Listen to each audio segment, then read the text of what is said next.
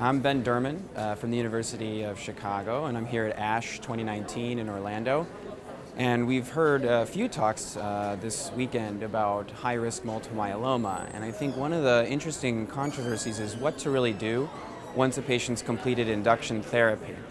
And we have results from the FORTE trial that really showed that patients who received KRD plus transplant actually had fewer early relapses than patients who got KRD alone, and that was really in the high-risk subset, the RISS 2 and 3, which tells us that maybe in the age of more contemporary agents, early transplant still has a role. But let's assume for a second that someone who's transplant eligible with high-risk myeloma goes on to receive a single transplant. The question is what to do next. Should someone get a second transplant, which we call a tandem transplant, usually within 3 to 6 months after the first? Or should they get something like extended consolidation therapy with 3 drugs or potentially more? Or should they go straight to single agent maintenance therapy, which has been one of the standards of care?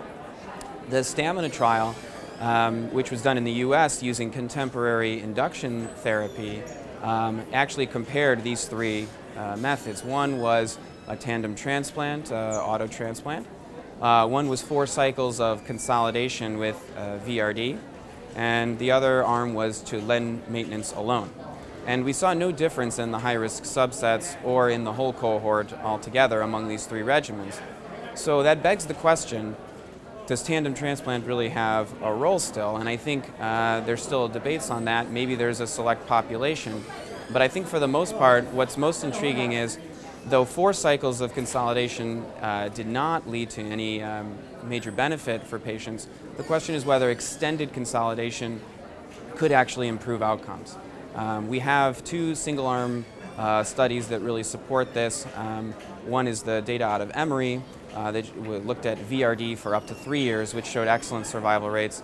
And the other is out of University of Chicago. We've used KRD in a similar way, actually 14 cycles after transplant, which has shown excellent 3 and 4 year survival rates, and so with deep responses. And so the question is, could that be potentially an option for patients with high-risk disease? I think so, but it really needs to be confirmed in randomized controlled trials, and we have the ATLAS trial, which we don't have results yet from, but will be able to inform us with that.